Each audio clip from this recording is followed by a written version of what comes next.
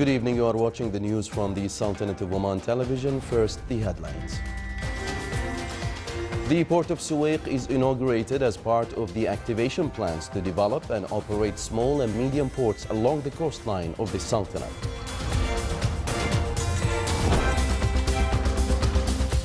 The Sultanate's trade balance increases by more than 30% to reach 1.26 billion Omani riyals as at the end of March.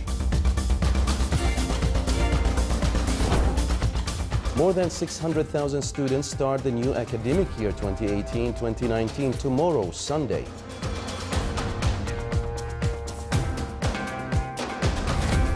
And the U.S. cuts funding for the UN agency that helps the Palestinian refugees.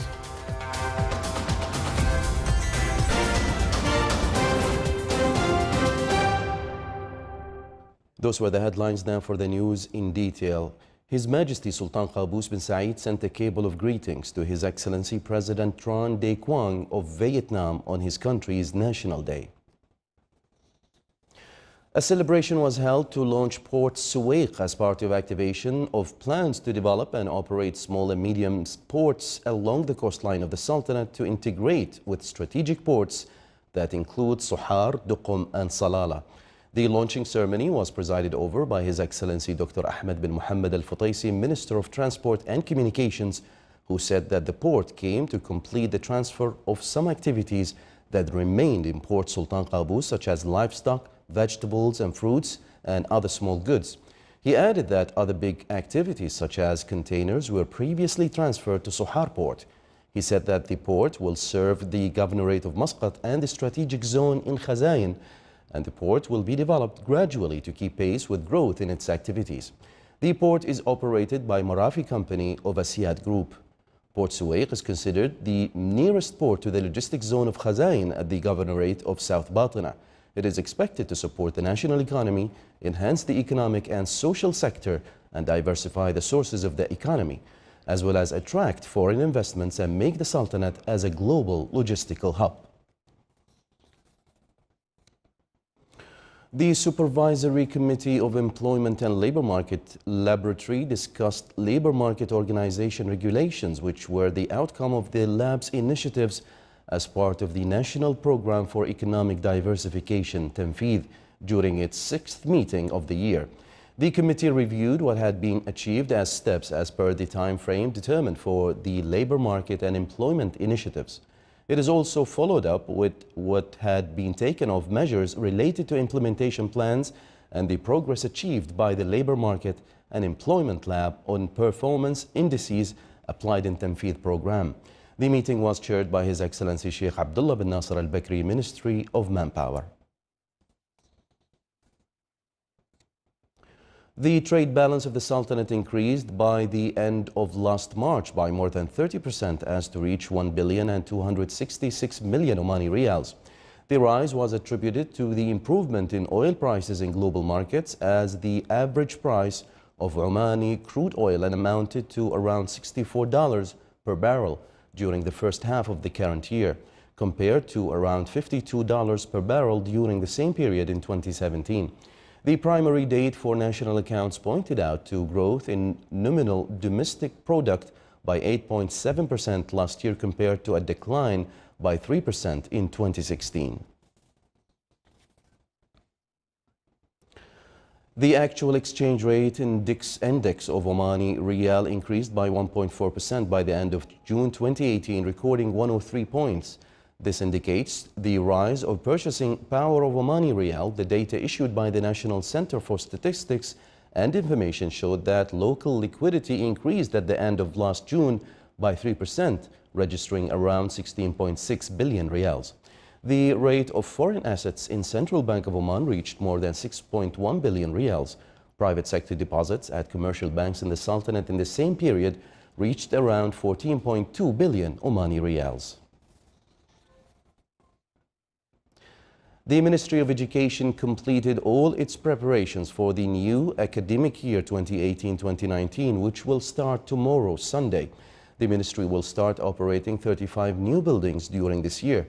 The number of students this year reached more than 600,000 male and female students. Meanwhile, the number of faculty staff members reached more than 56,000.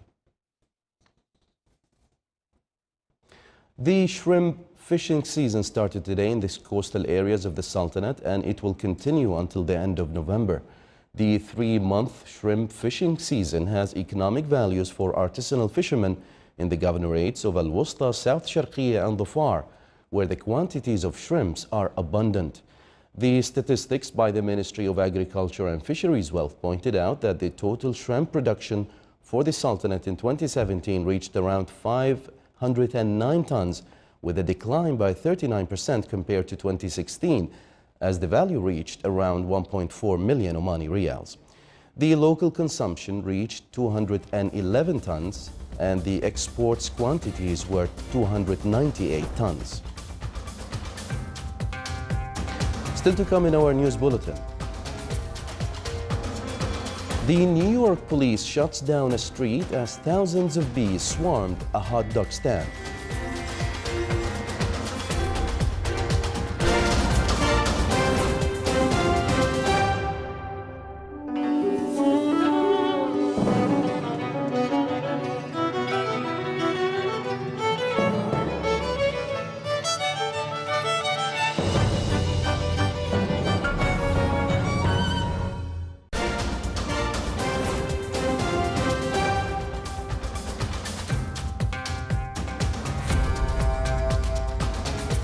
Welcome back to the news from the Sultanate of Oman television. The State Department announced yesterday, a week after slashing bilateral U.S. aid for projects in the West Bank and Gaza, that the United States is ending its decades funding for the UN agency that helps the Palestinian refugees. The U.S. supplies nearly 30% of the total budget of the UN Relief and Works Agency, or UNRWA, and had been demanding reforms in the way it's run. The department said the United States will no longer commit further funding to this incredibly flawed operation. The decision cuts nearly $300 million of planned support. The U.S. decision came as President Donald Trump and his Middle East point men Jared Kushner and Jason Greenblatt prepare for the rollout of a peace plan for Israel and the Palestinians, and it could intensify Palestinian suspicions that Washington is using the humanitarian funding as leverage. In 2016, the U.S. donated $355 million to the UNRWA, which provides healthcare, education, and social services to Palestinians in the West Bank, Gaza Strip, Jordan, Syria, and Lebanon. A spokesman for UN Secretary General Antonio Guterres' office released a statement regretting the Trump administration's decision to cut UNRWA funding, saying the UN has appreciated years of U.S. support for the agency. The statement added that the UNRWA has a strong record of providing high-quality education, health, and other essential services, often in extremely difficult circumstances, to Palestinian refugees who are in great need.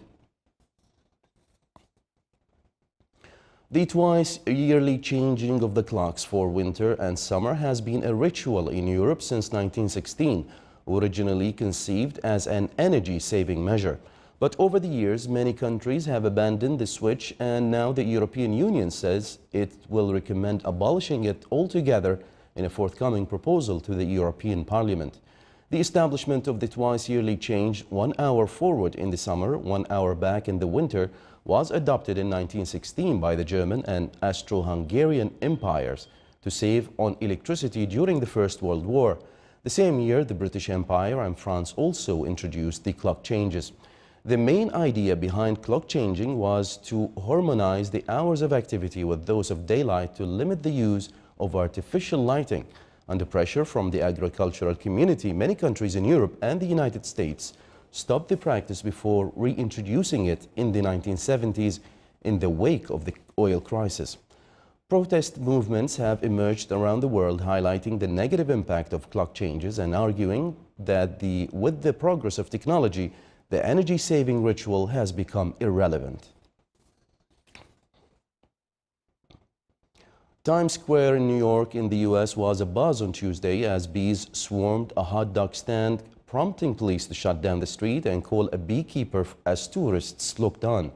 About 30,000 bees gathered atop the food cart's umbrella. It is unknown what attracted the bees to the umbrella. New York police cordoned off the 43rd Street and the 7th Avenue while the department's beekeeper vacuumed the insects into a bucket.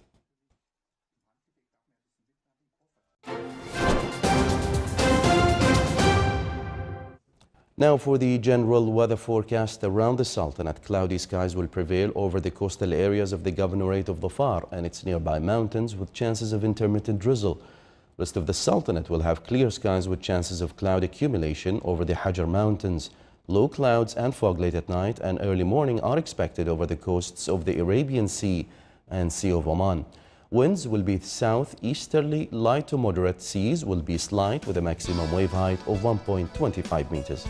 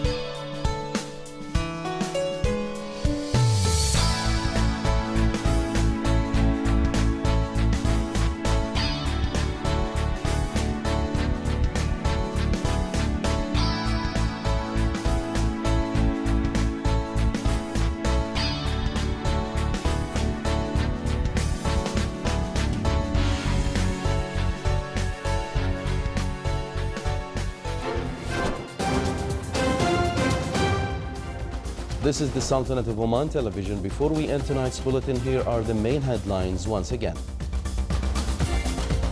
The port of Suwayq is inaugurated as part of activation plans to develop and operate small and medium ports along the coastline of the Sultanate.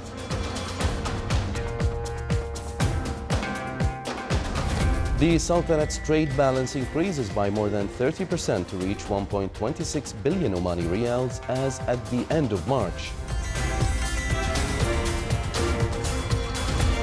More than 600,000 students start the new academic year 2018-2019 tomorrow, Sunday.